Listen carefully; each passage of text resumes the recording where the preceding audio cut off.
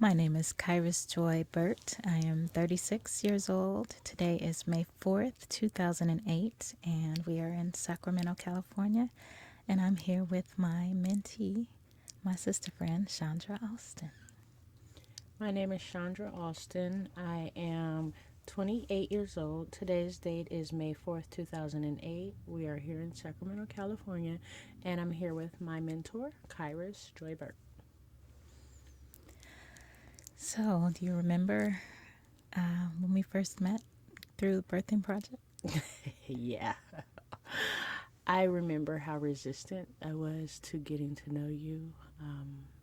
I remember having like this I'm just stuck in my ways. I'm not going to let anybody in. I had this armor up where it's like, I'm not going to give you a reason to get close to me and hurt me. But I came across as I don't need you. And unless you can do what I say, I don't want you in my life. I remember you saying those words. But I also remember after going through a series of outings, I don't know how we always ended up together. I don't know if it was a transportation thing or what, but I remember after you seeing if you were able to shock me into not wanting to deal with you. And when that didn't work, you said, okay, I'm ready. You can be my sister now. I'm going to let you. In my brain, you wouldn't go away. And it wasn't a bad thing. It wasn't like you were antagonizing me. That very day that I was like, well, unless you can give me 110% of your time, I don't want you. I don't need you. That very day, whoever it was that brought me to the event that you were at knew my personality and they left right after they brought me there. So I was stuck needing a ride from you. I remember that. We were in the Saturn. I do remember that. You might have even had a comment or two about my driving, if my recollection is Oh, correct. I don't know. I may have. I wasn't the most tactfulest person. I think over a course of time, though, yes, I did try to shock you. I did try to give you reasons to run away. I tried to push you away from me just because I didn't want you to be close enough to hurt me, and you wouldn't go away. And so I said, okay, well, if you can't beat them, join them. So because you wouldn't go away, I decided that maybe you were safe enough to let in a little bit. And, you kept picking at me and picking at me. And before you know it, we've been friends for, what, 9 years now? Yeah, Yeah. 9 years. So um, I know that we have grown in our friendship, that we had a lot of work to do with boundaries and what was okay and what wasn't, where we were friends, where we were sisters, and where we were in a relationship through an organization, what that looked like. I know also,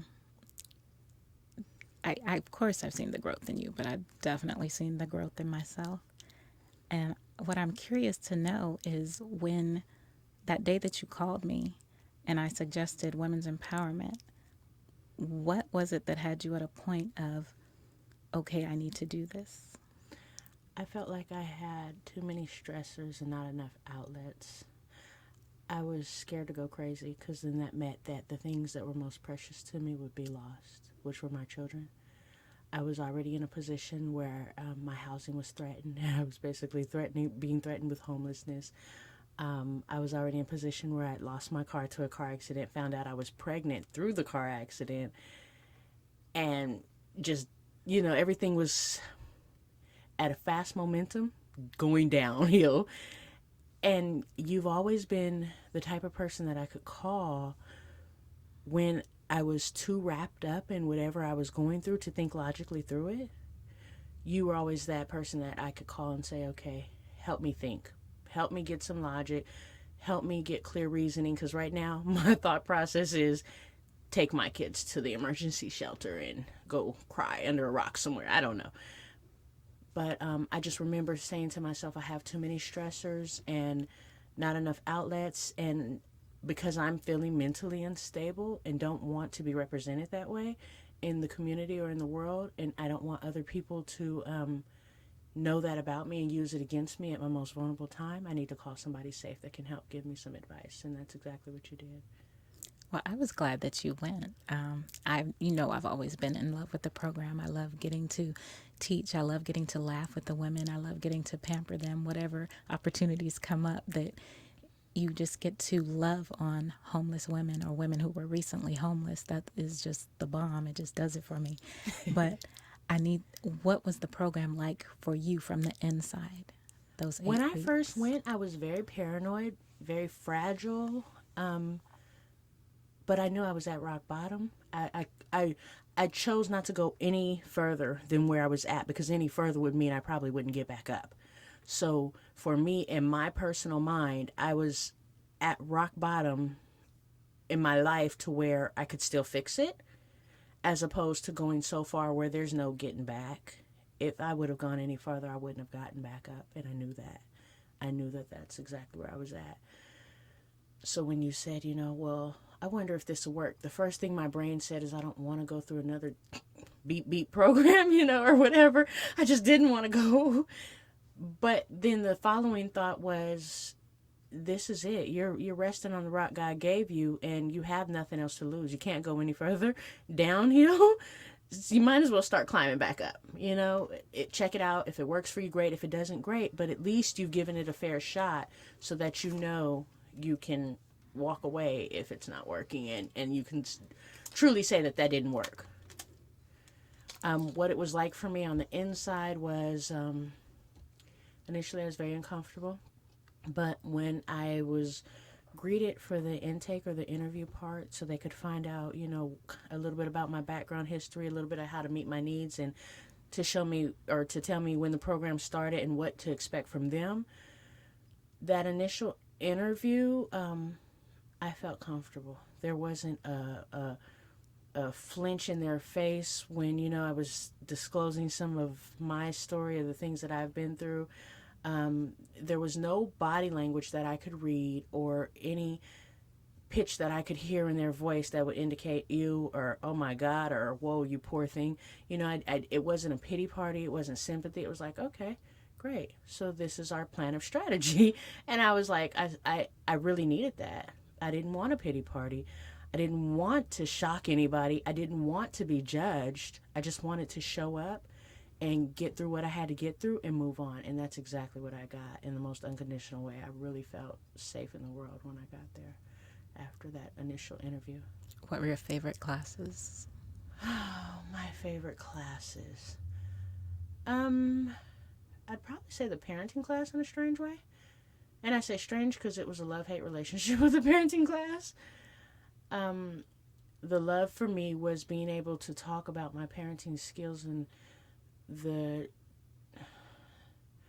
things that the challenges that I've encountered in being a single mom, and the amount of care or concern I have for the type of children I raise, and all the things that all the challenges that they'll be up against in society and growing into mature adults.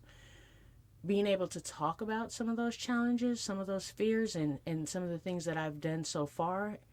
And because I don't have a manual, I'm not sure if what I'm doing is working or not. But when I talk to other people and bounce those ideas off, and they're like, yeah, that's great, and you can also try this, it's very reassuring. The hate part of that whole thing was the method in which the parenting class was taught was a method that I had previously had a bad experience with. So it also gave me a chance to stretch and grow that way, outside of that particular biasness or prejudice that I have had with that particular method of learning. Okay. Well, as all the years that we've been together, that we've been sister friends, that we've been whatever we've been, you going through women's empowerment was the first time that, well, actually, it wasn't the first time, huh?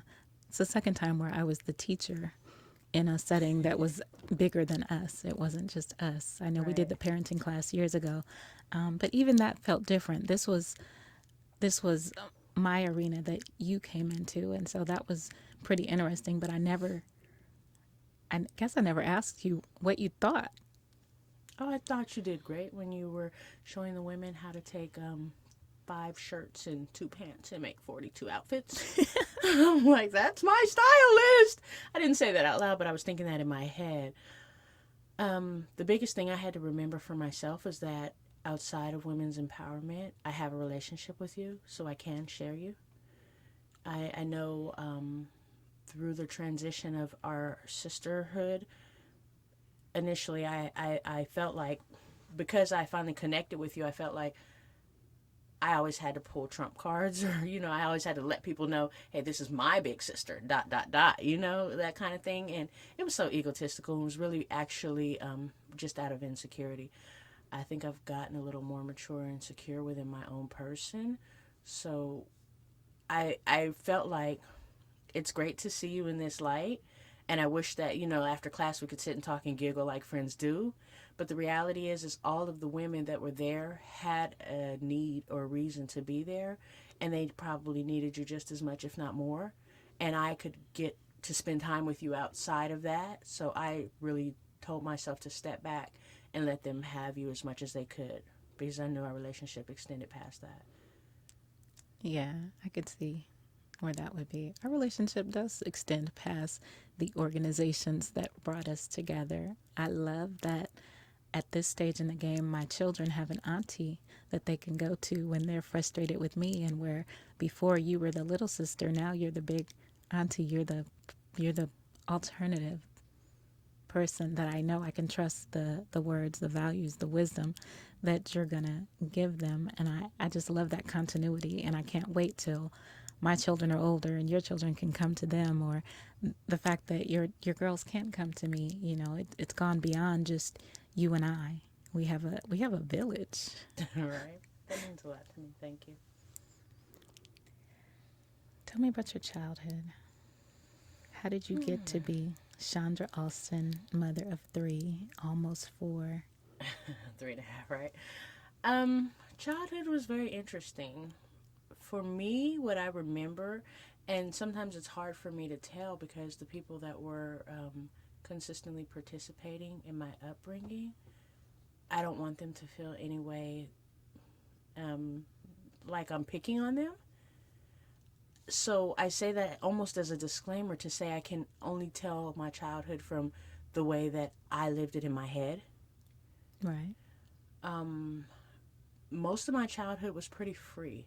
I was a little free-spirited kid that, could go out in the backyard naked. And, because I could go in the backyard naked, I thought I could go in the front yard naked too. I used to watch TV and get the strangest ideas. Like, I remember seeing a commercial for, I used to watch the show The Love Boat. Don't ask me why. But I remember seeing a commercial for a cruise, and them talking about spas and mud baths, and I was like, oh, that's wonderful. I said, why would people pay all this money to go do that when they could just dig a hole in the yard? And so that's exactly what I did, and I thought I was wiser because I was not only saving money, but I'm doing the same pampering that they're doing. So I thought, and people always thought I was strange or would look at me. And those were the perks and the joys of the freedom. I think the other side to that coin, or the downside to that freedom, was that a lot of neighbors were watching me. And so part of my experience of my childhood was molestation at a very young age. I can remember as far back as 5. I don't know if it was before then, but that's like where my memory begins with those personal negative experiences. And then as I got older, for me, it became wanting to be in control of myself and in control of my environment. So as a teenager, I was, being raped sometimes by boys. And I probably put myself in those positions, not necessarily recognizing, hey, you shouldn't go out at this time of night, or you shouldn't go out to this place alone. I didn't understand boundaries until adulthood in a lot of areas. But for me to feel like I had control of myself or my space, what I would do ultimately was become promiscuous. And because I felt like they were going to take it anyway, if I said yes, then I'm still in control. That was the logic in my head, whether it was illogical or not, So that, my teenage years were pretty turbulent due to a lot of that. And then all the emotions and lack of understanding that all teenagers have, coupled with they think they know everything. Right. That's funny because my childhood was almost diametrically opposite. Very disciplined household. I had my father that was the pro black and my mother that was the ultra Christian, and the two together just end up with this super disciplined little kid. And I remember that it, the worst thing in the world to me was for my parents to be disappointed, or to let them see any imperfection in me, because I thought if they did, they would value me less. And I remember I was obsessive compulsive, and no one knew, because the stronger urge was to protect my parents from any imperfections that I might have. And I even remember literally feeling so sorry that I wasn't pretty enough, because my parents were such great people, and I thought that they chose friends with pretty daughters so that they could at least have some pretty kids in their lives. And I know now how absolutely ridiculous that is, but at the time it was like, well, since I'm not, as pretty as these other girls, I better at least be smart so I can do something and make them proud. And, you don't want to ever get too many B's, because somebody might raise an eyebrow, or, you have to learn four different languages, and how to count in them. And you have to be this math brain genius person in order to be good enough. So I spent a lot of time struggling to be good enough. And at some point my self-imposed burden became so heavy that I just broke. I just ran off, and I married the first time. And probably it the blessing out of that marriage was definitely my son. But everything else, I look back on it now as a real grown person, even though I thought I was grown back then, and thought, oh my goodness, you knew all of the things that made that a bad decision, and yet you chose it anyway. But again, it was feeling like there weren't a lot of options. Like, this is the one person that doesn't know I'm not good enough, so I better marry him really quick before he figures that out. Right.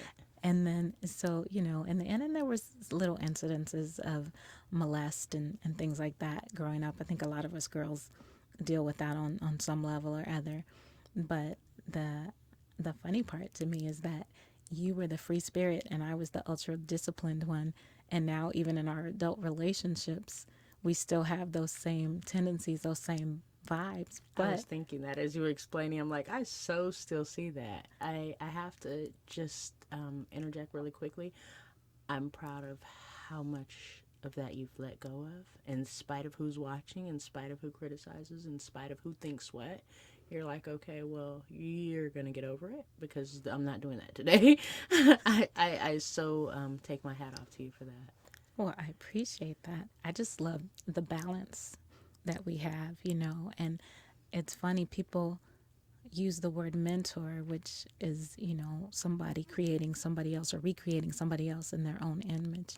But we tend to hold on to sister friend, which is walking side by side. And in the end, we are peers, we are women, we are mothers, we are citizens of the world. And there's no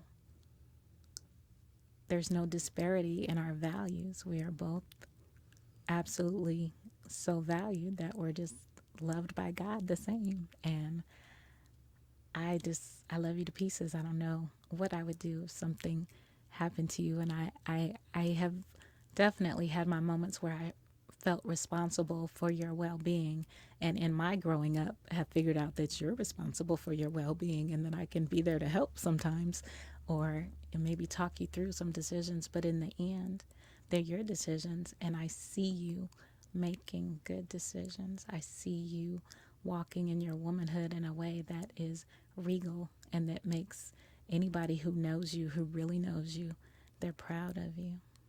Yeah, decision making still scares me because I had so much freedom. Like I said, I didn't understand boundaries, and I had to really learn that as an adult, and I'm still learning it. I am still so learning it.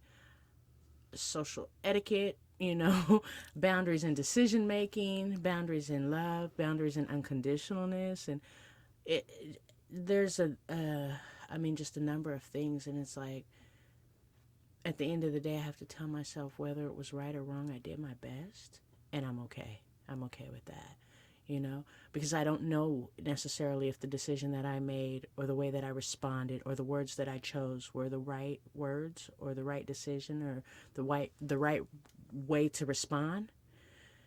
And I used to walk around with this paranoia of making decisions for that reason. And I wouldn't make decisions. I would actually let life happen to me so that I didn't have to make a decision and be responsible for some catastrophic event that happened based on the decisions that I made. And that was that wasn't fun either, you know. So I've taken a new perspective on decision making, and the perspective is that I'm going to have fun while I'm doing it, even if it's something that I have to do from an adult mindset. I'm still going to have fun. I'm going to have fun if I have to dictate. I'm going to have fun if I have to listen. I'm going to have fun if I'm being, what's the word? Where people criticize, that there's a politically correct term for criticizing. I forget it. I forget the word that's used for it. But the bottom line is no matter what I do, I try to find the fun in it. That's key for my motivation, and I'm just discovering that about myself. So even when I'm crying, I laugh too. So, how did that help you get through the 8 weeks at Women's Empowerment? um, I, I remember a point where you were ready to stop. yeah, I knew I wanted to quit. And because I could recognize that I wanted to quit, I knew I needed to keep going. I don't know why that became an epiphany at that moment in my life. I think it's because it's been so many things that I've started and haven't completed. And I still to this day carry that baggage with me of I still have to complete this, I still have to complete that. Mind you, time is continuing to go on and on. So it's like I told myself this is only 8 weeks. I can get through this, and if I can't get through this, then I don't need to get through life. Not that I felt suicidal. It's just the thought that I had in my head was, it's only 8 weeks of your time. Yes, it's going to stretch you and challenge you, but focus or fold, tough up or get out of here, go punk up somewhere else. And because I couldn't stand the thought of punking up or folding, I had to keep pushing through it. Yeah, and there were moments where I sat there and cried. And there were moments where I didn't want to be social at all. Don't touch me, don't sit by me, don't breathe the air I breathe. But the beautiful thing is, once again, the staff there was really great at bringing balance to all of those people going through emotions, because everybody would hit that emotional threshold at different times in the course. And for that reason, would do whatever they would do to go back into their survival. My survival for me is to cut everybody off and to shut everything out and, just turn my back to the world and make my own world up and keep pushing forward. I couldn't completely do that, but I could sit in my chair in the corner and quietly cry and not be expected to answer if somebody talked to me. I was given permission to be in whatever space I needed to be in to heal, provided that I wasn't projecting out to other people, projecting my stuff on them, making them guilty, making them wrong, or making them feel uncomfortable. As long as I wasn't doing that, I felt like I had all the space that I needed to get through whatever I was going through. And for me, that was golden. Tell me about graduation. Graduation was very overwhelming. And it's funny because I've always said that I wanted to do public speaking. So at graduation, I got to do a poem. And the poem that I did, I actually wrote sometime before Women's Empowerment, almost a year before Women's Empowerment. The poem was called I May Be Down, But I'm Not Out. And it was basically talking about my emotions and my trials and tribulations and saying how, I'm down right now, but I'm not out. I'm not out of the game. It's almost like if you were to put in a metaphor of football or baseball. I have an injury which causes me not to play, man down, player down, but I'm not out of the game. I'm still going to sit there, root, cheer, team, heal, do whatever I have to do to get back in the game. And so that's basically the thought that came along with the poem. But it was very overwhelming for me because that was the first time I did a poem to that many people. I want to say it was over 100 people there. And then there was newscasters. And I don't even know if it aired. I have a tendency to do things and not look back anymore because I don't want to critique myself and be my worst critic. So when I write a poem, when I write a short story, when I write a biography, and, my goal now is to start writing books, I don't want to look back on them unless I have to, absolutely have to. If I have to edit or rechange something, I'll do that. But for the most part, I do it and don't look back. And then I let people's responses come to me if they saw it or if they have something to say about it. I generally do it and forget about it. Just release it and let it go. And that's part of my healing process. So, graduation in a nutshell was overwhelming, but it was, again, part of my healing process and a step to me becoming the greater me that I want to be. That was, a step in initiating public speaking, a step in initiating how to be in front of a crowd, a step into initiating, checking mentally body language while reading something, or, making sure I'm pronouncing clearly while saying something, or making sure I'm making enough eye contact. All these things are going through my head while at the same time I'm reading this. And I also want to come across as genuine when doing it because it came from the heart to begin with. So that was how it was overwhelming for me. Okay. I was proud of you. I loved the poem. There was nothing in it that seemed forced or young or insincere. It really fit the occasion, and I think all of the graduates there could relate to it. I think all of the people in the audience could relate to it. It told your story without telling your business, and that was cool. That's beautiful. Thank you. That was exactly what I was trying to do. For a while, I stopped writing because of all my I have tons of journals, right? And I noticed that over the years, a lot of the stories were the same. The players were different. And I was like, I don't want to keep rewriting the same story. I'm tired of it, Let me write something new. So it almost, for me, was like, unless you have something nice to say, don't say anything at all. What my writing became for me was, because it became rhetorical over and over and over again, I felt like I was living a dream or a nightmare where I really couldn't wake up. And I had to stop that for a while. So I stopped writing for a while and started working on changing my thinking so that I could change my writing, so that everything around me would start to change. And I have to say, it's been a miracle because it really does work. I have 2 questions for you. What do you think would have happened if you hadn't gone through the 8 weeks at Women's Empowerment? And what did you learn was the biggest challenge facing homeless mothers? The biggest challenge facing homeless mothers is respect and dignity. Okay. And I say that so clearly because I came from having experience in social work. So I was on the other end of the coin, having worked with mothers that were having a lot of stressors or challenges and needed someone to help point them in the right direction. I was one of those people. I came from having a house, having a car, not needing really anyone or anything, being self-sufficient, to losing it all in the blink of an eye. And it was so humbling. I think for myself, had I not gone through the program, I'm not sure what would have happened. I'm almost scared to think about what would have happened because I don't believe that I would be allowed to be a mom, maybe.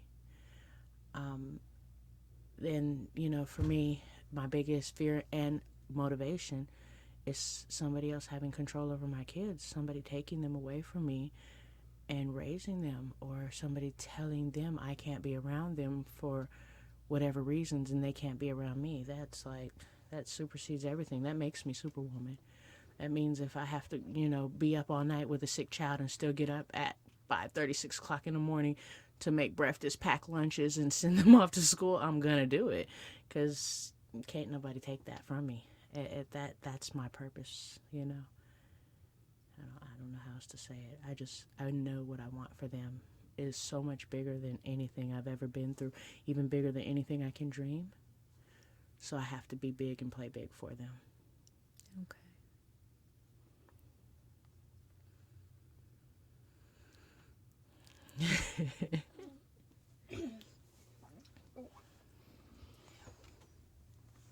When in your life have you felt the most alone? That's a big one. I'm not sure if it's now going through this pregnancy because I haven't had any support from the significant other, or if it was going through all the trials and tribulations that I went through coming up. I'd probably say growing up, going through all the things that I was going through, I felt more alone than I do now, because even though I don't have the quote unquote people that I want to be supporting me right now, whether they're able or not, I do have support right now, and the support that I have is good. It's positive. It's what I need. So I'd have to say I felt most alone going through the things that I went through, coming up as a child and even into my teenage years. And it's funny that you ask that, because I would have been Hellraiser on wheels and content to make the world hate me until I died, had my mom not have said one day, "What do you want from me?" That was a turning point for me, because it let me know that she was human and that she was feeling what I was feeling on some level or another, and that she could take off her Superwoman cape and she was hurting inside too. And once I knew that she too felt like I felt, I had no more reason to make anyone suffer anymore. So that was a turning point for me to stop being a little hellraiser. Did your parents know the things that you had gone through when you were going through them? They didn't know when I was going through it, no. A lot of my experiences during my childhood, my mom didn't know until I was pregnant with my first daughter. And the funny thing is I've always been one of those people who believe that they can take everything from you. And when I say they, I mean anybody who violates you can take everything from you except your spirit and your mind. And because I believe that so strong, I would read a lot of self-help books and do a lot of self-help work without telling people what I was going through. So what happened was 11 years ago, when I was pregnant with my first daughter, I did some self-help work that basically had me jump into Pandora's box about my experiences of rape and molestation and how that made me feel internally about myself. And I discovered that there was a lot of self-hate there and a lot of self-sabotage due to the self-hate. But I was writing it all down in my journal because that was one of the requirements of this particular book. So one day I told my mom, I said, do you want to see what my childhood was like for me? I said, I know you were there, but I think the experiences that I had were different from the experiences that you remember. And she goes, okay. I said, well, one day I'm going to share this book with you, but when I do, I have to leave. And she goes, why? I said, I just can't sit around you while you read it. So when I completed that chapter of that particular book and, did all the answers in my journal, I gave her the journal starting on that particular page. And I left, and when I came back, she was in tears. And she says, I had no idea. And when she said that, it was so interesting, because from the mind of a child, because of the experiences that I had at such a young age, in my mind, I actually thought she knew. And she said, how could you think I would know something like this and not protect you from it? And I said, Mom, the mind of a 5-year-old is so different from the mind of an adult. You have to realize that as a child, not only did I thought you knew, I thought everybody went through it. And I think by me thinking that everybody went through it, that was my saving grace for not going crazy, because I would see people that I admire and I would make up a story about them in my head saying that, oh, their life was just like mine. They were raped and molested just the same, because I thought that was really a part of childhood. So when I saw people that I admire, whether they were superstars or what have you, the thought was they went through it and look where they're at. This is what they've done. They become prodigies. So in my mind, I knew I could become a prodigy. I think that helped a lot. Because had I not have done that, I probably would have been mentally fractured from some of my experiences. How do you protect your babies? Trick question. For the most part, I've established boundaries. We talk about things. My children are ages 11, 8, and 5. And we talk about everything under the sun, moon, and stars, and I appropriate the conversation to their listening and their age. So with my 11-year-old, we talk about everything from boys liking you to hormones to sex to what can happen to what your goals are to how to stay focused and what you would do in certain situations. With my 8-year-old, we talk about what's okay and what's not okay. And with my 5-year-old, it's similar to the what's okay, what's not okay, just in the listening of a 5-year-old. that's the first step of protection. And then the second step of protection is I I tell them what the boundaries are, I tell them what the rules are, and then I let them go in certain situations to see if they're gonna call on their own wisdom in those situations, because I know the older they get, the less say so I'll have over the choices they make and the things that they do. For a long time, I was very overprotective, though. I came from a belief system: you shouldn't sit on a man's lap. I don't care if it's family. There's a lot of women that went through some sort of sexual abuse. It was oftentimes people that they knew, even though that wasn't the case for me, thank God. So, it was like you couldn't tickle them, you couldn't do this, you couldn't do that, and that was all the rules for the set of men. And I realized that at the same time of me doing that, I was denying them love from a masculine point of view, which I thought at some point had to be creating an imbalance, even though I didn't see it yet. So I got lax on certain things with certain people, such as Grandpa can tickle them, but Grandpa knows he can't tickle this area, that area. And, it's not even a case of me being concerned about Grandpa overstepping boundaries. It's more so a case of they're growing up, maturing, they're starting to develop, and I want them to be just as aware as you are of what's okay, what's not okay. So if you respect my boundaries with them, then they'll make other people respect those boundaries too when I'm not around. Okay. How do you think raising your daughters has changed your perception of being a woman? Ooh. Truth be told, before I had kids, I was on a path for self-destruction. And that's not to criticize anyone who lives the lifestyle that I was getting ready to choose to live. That's just to say that it wasn't the lifestyle for me. I think self-hate can be so manipulative that you can convince yourself that you love yourself while acting out acts of self-hate, whether it's self-disrespect, recreating certain situations, allowing yourself to be in certain situations, allowing your body to be misused, the way you dress, the way you speak to others, the amount of respect you have for others, even in situations where you're being tried, meaning if somebody's cussing and yelling at you, you may want to cuss and yell back, but what is that going to accomplish, and how much respect do you have for yourself at the end of the day, because you just went to their level. So I think having kids has definitely changed my perception on how I greet the world as well as how I see the world. And every day I try to show my children examples of what's okay and what's not okay, and why it's okay or why it's not okay. My oldest just got finished reading a book where the main character in the book had really low self-esteem and hung with the wrong crowds just to be popular, and it got her in a lot of trouble. And she chose the book. It's funny, my mom bought it for her, but she had it for a year before she read it. But once she finally got through the book, she was like, oh wow, I see now why you say I can't hang with certain people, or why I shouldn't be in certain crowds. And the more we talked about it, I get that she's actually understanding some of the lessons that I'm passing down to her, so I don't feel like military mom, and that's definitely changed my perception on the world. It's not to say that you can't be friends with, this person or that person. Just be careful about how you choose your friends and the people you allow in your space, because ultimately either they'll become a product of you or you'll become a product of them. So, in choosing your friends and the people that you allow in your space, what would you tell the next woman about having a mentor or a sister friend, or how you even get involved in the selection process? The selection process can be something very risky, because it means exposing yourself and putting your cards on the table.